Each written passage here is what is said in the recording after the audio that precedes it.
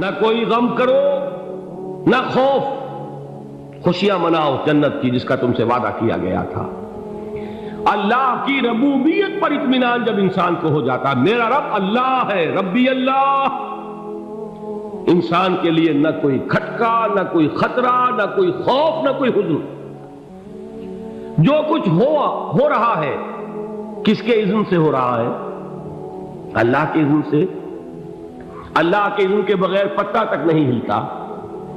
یہ کوئی اندھا بہرا مادہ نہیں ہے جس سے مجھے کوئی خوف ہو۔ اندھا بھینسا چلا رہا ہو اس سے تو ڈرنے کا ہر انسان کو ڈرنا چاہیے، نہ معلوم کس کو ٹکر مار دے، لیکن نہیں، اس کائنات کو چلانے والا ایک سمیع و بصیر خدا ہے۔ وہ جو میرا دوست ہے، میرا ولی ہے، اللہ ولی الذین آمنوا یخرجہم من الظلمات الی النور، اللہ اہل ایمان کا ولی ہے، ساتھی ہے، پشت پناہ ہے، مددگار ہے، حمایتی ہے۔ بتائیے جسے یقین ہو جائے کہ اللہ میرا مددگار، اللہ میرا محافظ، اللہ میرا پشت پناہ، اللہ میرا حمایتی، اس کے لیے کوئی خوف ہوگا؟ اس سے کوئی ڈر ہوگا؟ میں مثال دیا کرتا ہوں ایک بہت سادہ، پنجاب کے دیہات کی۔ تو بڑا چودھری ہے اور کوئی غریب کسان ہے۔ اس غریب کسان کے جانوروں کو ہر وقت اندیشہ ہوگا چوری کا، کوئی میری بھینس کھول کر نہ لے جائے، کوئی میرا بیل کھول کر نہ لے جائے۔ لیکن جس کے بارے میں یہ سب کو معلوم ہو کہ وہ جو بڑا چودھری ہے وہ اس کا دوست ہے، اس کی بچیا کو کوئی خوف ہوگا؟ اس کی بھینس پر کوئی ہاتھ ڈالے گا؟ اسے کوئی اندیشہ ہوگا؟ نہیں۔ کیوں؟ کہ وہ بڑا چودھری، بڑا اس کا یہاں کا سردار، جاگیردار، سب کو معلوم ہے وہ میرا دوست ہے، کوئی میرے خلاف اقدام نہیں کر سکتا۔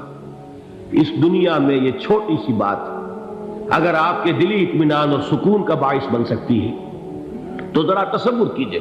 میں لفظ تصور استعمال کروں گا صرف اس لیے کہ اس کا ہم جس کو کہتے ہیں ادراک اور شعور کر نہیں سکتے، اگر کے ساتھ کر سکتے۔ اگر یقین ہو کہ اللہ میرا مددگار اور یقین ہو کہ اللہ ہر آن میرے ساتھ ہے، پھر کوئی خوف؟ کس کا خوف؟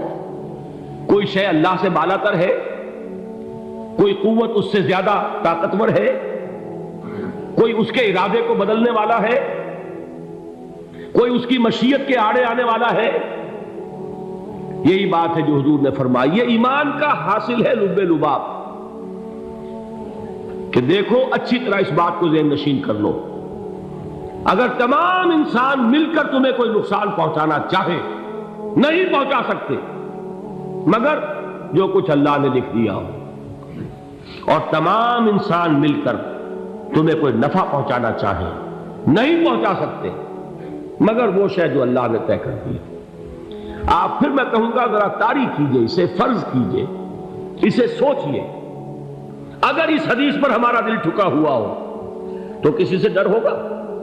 یہ مجھے نقصان نہ پہنچا دے، یہ میری رپورٹ خراب نہ کر دے، یہ میری انکریمنٹ نہ رکوا دے، یہ میرا یہ نہ بگاڑ دے، یہ میرا یہ نقصان نہ پہنچا دے۔ اس کا ڈر، اس کا ڈر، اس کا خوف، اس کی خوشامد، اس کے لیے جا کر طرح طرح سے اپنی عزت نفس کو ذلیل کروانا اس کے سامنے، یہ سب کچھ کیوں کرتا ہے انسان؟ جب سمجھتا ہے کہ اس کے ہاتھ میں میرا کوئی نفع ہے، اس کے ہاتھ میں میرے لیے کوئی ضرر ہے، یہ مجھے کوئی غضب پہنچا سکتا ہے، یہ مجھے کوئی نقصان پہنچا سکتا ہے، یہ میرا کوئی کام بنا سکتا ہے، یہ میری کوئی ضرورت پوری کر سکتا ہے، اسی کا نام شرک ہے۔ جہاں آپ نے یہ سمجھا کہ غیر اللہ کے اندر کوئی طاقت موجود ہے، وہی شرک ہے۔ بتوں سے تجھ کو امیدیں، خدا سے نو امیدی، مجھے بتا تو صحیح اور کافری کیا ہے؟ شرک تو یہ ہے۔ جس پر بھی تمہیں یہ خیال ہے، کلمہ ہے یہ کلمہ سوم، لا حول ولا قوت الا باللہ، ذرا اس پر دل کو کبھی اگر آپ تصور کریں، پھر فرض کریں، دل ٹھک جائے اس پر، کوئی طاقت نہیں۔ یہی بات تھی جو شیخ عبد القادر جیلانی رحمۃ اللہ علیہ نے اپنی وصیت میں اپنے بچے سے کہی۔ 11ویں دینے والے ہیں، لیکن حضرت شیخ عبد القادر جیلانی کی وصیت اور تعلیمات کو کتنے لوگ ہیں تم جانتے ہو؟ یہ جن مقامات تک پہنچے ہیں وہ کس چیز کی بدولت پہنچے؟ انہوں نے جو پیغام دیا وہ کیا تھا؟ اے میرے بچے، جس طریقے سے قرآن مجید میں حضرت لقمان کی نصیحتیں جو ہے نقل کر دی گئی ہیں، میں یہ عرض کروں گا بالفرض اگر قرآن حضرت عبد القادر جیلانی کے بعد نازل ہوا ہوتا تو شیخ عبد القادر کی یہ نصیحتیں بھی قرآن میں درج ہوتی۔ اتنی اونچی نصیحتیں ہیں۔ اے میرے بچے، اس حقیقت کو ذہن نشین کر لے، لا فاعل فی الحقیقت ولا مؤثر الا اللہ۔ اس کائنات میں نہ کوئی فاعل حقیقی ہے نہ مؤثر حقیقی ہے سوائے اللہ۔ کسی شے میں کوئی تاثیر نہیں اگر اللہ نہ چاہے۔ آگ جلا نہیں سکتی اگر اللہ نہ چاہے، پانی ڈبو نہیں سکتا اگر اللہ نہ چاہے، زہر ہلاک نہیں کر سکتا اگر اللہ نہ چاہے، کوئی چیز فائدہ نہیں پہنچا سکتی اگر اللہ نہ چاہے۔ تو در در پہ کیوں سر جھکاتے ہو؟ در در پر کیوں جبیں سائی کرتے ہو؟ سب کے سامنے کیوں ہاتھ پھیلاتے ہو؟ ایک اللہ سے مانگو، ایک اللہ کے سامنے زمین پر اپنی جبین رکھو۔ لا فاعل فی الحقیقت ولا مؤثر الا اللہ۔ نظر آتا ہے ہمیں کہ پانی پیاس بجھا دیتا ہے، پیاس بجھانے کی صلاحیت پانی میں نہیں ہے، اللہ کے اذن سے۔ کھانا بھوک مٹا دیتا ہے، بھوک مٹانے کی صلاحیت کھانے میں نہیں ہے، اذن رب میں ہے۔ دیکھیے یہی یقین تھا حضرت موسیٰ علیہ السلام کا واقعہ یاد کیجئے۔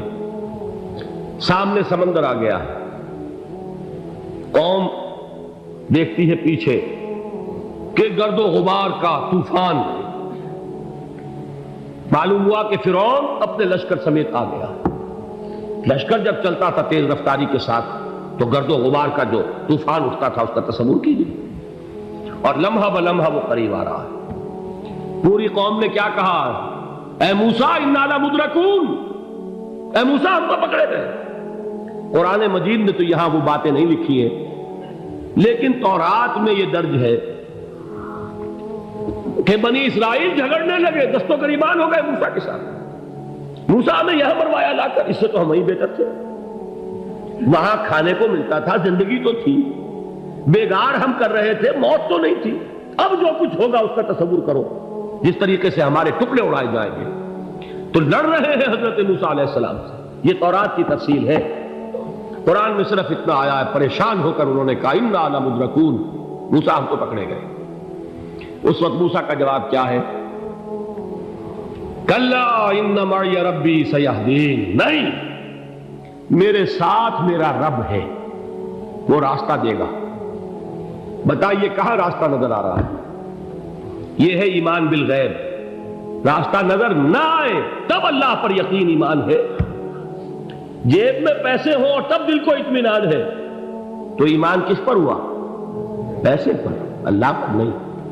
جب وسائل و ذرائع نہ ہو اور پھر یقین ہو کہ اللہ مسبب الاسباب ہے، وہ اسباب کا پابند نہیں ہے، وہ اسباب کا محتاج نہیں ہے، اسباب اس کے محتاج ہے۔ اگر یہ یقین ہے تو اللہ پر ایمان ہے، یہ نہیں ہے تو تمہارا ایمان اسباب پر ہے، وسائل پر ہے، ذرائع پر ہے، مادیات پر ہے، اللہ پر نہیں۔ اس وقت کہاں راستہ تھا؟ کوئی راستہ تھا؟ سمندر ہے اور ادھر سے لشکر آ گیا ہے۔ کلا ان معی ربی سیہدین۔ اب دیکھیے ایمان کہہ دینا آسان ہے، ہوا معکم اینما کنتم، جہاں کہیں بھی تم ہوتے ہو اللہ تمہارے ساتھ ہوتا ہے، لیکن اس کا یقین قائم ہو جائے تو زمین و آسمان کا فرق واقع ہو جائے۔ یہی بات ہوئی حضور کے ساتھ۔ غار ہے، چھپے ہوئے ہیں محمد رسول اللہ اور آپ کے وہ یار غار ابو بکر صدیق رضی اللہ تعالی عنہ۔ اقبال نے حضرت ابو بکر کی شان میں چند اشعار کہیں صرف، لیکن واقعہ یہ ہے کہ بھاری بھاری نظموں پر اور قصیدوں پر بھاری ہے، طویل ترین نظمیں اور قصیدے ہوں ان پر بھاری ہے۔ ہمتیں ابو بکر کی ہمت جو ہے، کشت ملت را چوں ابر، جیسے بارش سے کھیتی اپجتی ہے، ابو بکر کی ہمت اور عزیمت اس امت کو اسی طرح سینچنے والی ہے۔ ثانیے اسلام و غار و بدر و قبر، وہ دوسرے تھے اسلام میں، دوسرے پہلے کون تھے؟ انا اول المومنین، حضور فرماتے سب سے پہلا ایمان لانے والا میں، دوسرے ابو بکر۔ ویسے ہمارے ہاں یہ چلتا ہے اختلاف، حضرت علی پہلے ہیں کہ حضرت ابو بکر پہلے ہیں، لیکن اس میں بڑی خوبصورت تطبیق قائم کی ہے علماء نے، اور بہت صحیح ہے۔ چار کے بارے میں فیصلہ ہی مت کرو کہ کون پہلے، ان کی ایک عجیب تقسیم کر دی ہے۔ آزاد مردوں میں، بالغ مردوں میں سب سے پہلے ابو بکر، بچوں میں سب سے پہلے علی، خواتین میں سب سے پہلے خدیجہ، اور غلاموں میں سب سے پہلے زید بن حارثہ۔ بڑی پیاری تقسیم ہے، یہ چاروں ہی پہلے ہیں، ہر ایک کے لیے اولیت ہے۔ اور واقعہ یہ ہے کہ اگر زمانی اعتبار سے تعین ہوگا تو پہلے خدیجۃ الکبریٰ آئیں گی رضی اللہ تعالی عنہ، کسی اور سے بات کرنے کی نوبت بعد میں آ سکتی ہے، پہلے تو اہلیہ محترمہ سے بات ہوئی، آتے ہی پہلی وحی ہوئی ہے، ابھی تبلیغ کا حکم نہیں تھا، کس کو بتایا واقعہ؟ ابھی اپنی نبوت کی تبلیغ کا تو حکم ہی نہیں آیا، واقعہ کس کا ہے؟ وہ خدیجہ کا ہے۔ جب کہا ہے کہ خشیت علی نفسی، مجھے اپنی جان کا اندیشہ ہے، تو کیا جواب دیا خدیجہ نے رضی اللہ تعالی عنہا؟ وہ صدیقۃ الکبریٰ ہے، صدیقات جو ہے خواتین ان میں چوٹی پر خدیجۃ الکبریٰ ہے رضی اللہ تعالی عنہا، اور صدیق جو مرد ہیں ان میں صدیق اکبر ہے ابو بکر صدیق رضی اللہ تعالی عنہ، لیکن صدیقات میں چوٹی پر۔ جب حضور نے فرمایا خشیت علی نفسی، کیا فرمایا، کیا عرض کیا، کیسے تسلی دی؟ نہیں نہیں، اللہ آپ کو ضائع نہیں کرے گا، آپ غریبوں کے ہمدرد ہیں، آپ مساکین کے تکالیف رفع کرنے والے ہیں، آپ بیواؤں کی سرپرستی کرتے ہیں، آپ مسافروں کی خدمت کرتے ہیں، اللہ آپ کو ضائع نہیں کرے گا۔ یہ یقین ہے اس خاتون کے اندر۔ خیر وہ ایک علیحدہ بات ہو جائے گی۔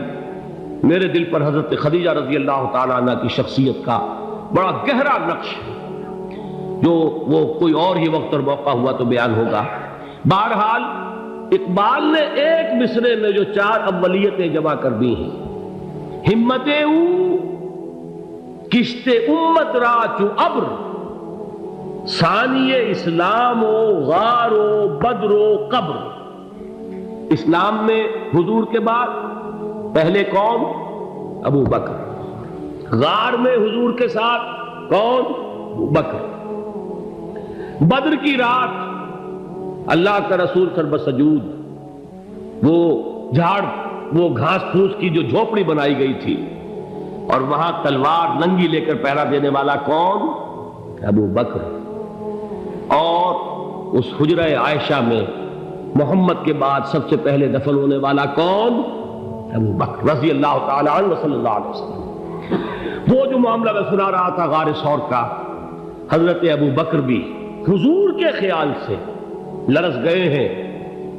آپ کو یاد ہوگا کہ جا کر پہلے تمام جتنے سوراخ تھے انہیں بند کیا ہے، ایک سوراخ رہ گیا تھا جس کو بند کرنے کے لیے کوئی کپڑا نہیں تھا، وہاں اپنی ایڑی رکھی ہے، تب کہا ہے حضور سے تشریف لائیے، اور اپنے زانو پر حضور کو لٹایا ہے، اور وہاں کسی موذی جانور نے کاٹا ہے، حضور کی آنکھ لگ گئی تھی، اس وقت اس بل کے اندر جو بھی بچھو ہے کیا ہے واللہ عالم، اس نے کاٹا ہے، اس کی تکلیف کی وجہ سے ابو بکر کی آنکھوں سے آنسو ٹپک گئے، حضور کے چہرے مبارک پر پڑے ہیں، تو حضور جاگے ہیں، معاملہ کیا ہے؟ ایڑی نہیں ہٹائی وہاں سے، مبادا وہ جانور وہاں سے نکل کر محمد الرسول اللہ کو کوئی گزن پہنچا دے، ابو بکر کی ایڑی ہے، جس طرح چاہے کھا لے، ختم کر دے، جان نکل جائے تب کوئی آنچ آئے، محمد پر تو آئے، لیکن جیتے جی نہیں۔ وہ ہے ابو بکر۔ حضور کے خیال سے اس وقت حضور نے پھر اپنا لعاب دہن لگایا ہے، اور اس سے پھر آپ کی تکلیف ختم ہوئی۔ جیسے خیبر میں حضرت علی کی آنکھ دکھ رہی تھی، اس کو جو شفا حاصل ہوئی ہے وہ بھی حضور کے لعاب دہن سے ہوئی۔ تو بہرحال اس وقت انہوں نے کہا ہے کہ اے نبی یا رسول اللہ، اگر اس وقت ان میں سے کسی نے غیر ارادی طور پر بھی اپنے قدموں کی طرف جھانک لیا تو پکڑے جائیں گے، کیا جواب تھا اللہ کے رسول کا؟ لا تحزن ان اللہ معنا، اللہ ہمارے ساتھ ہے، کیوں گھبراتے ہو ابو بکر؟ یہ ہے ایمان باللہ، میرا مالک اللہ، میرا رازق اللہ، میرا محافظ اللہ، میرا مددگار اللہ، میرا پشت پناہ اللہ، میرا دوست اللہ۔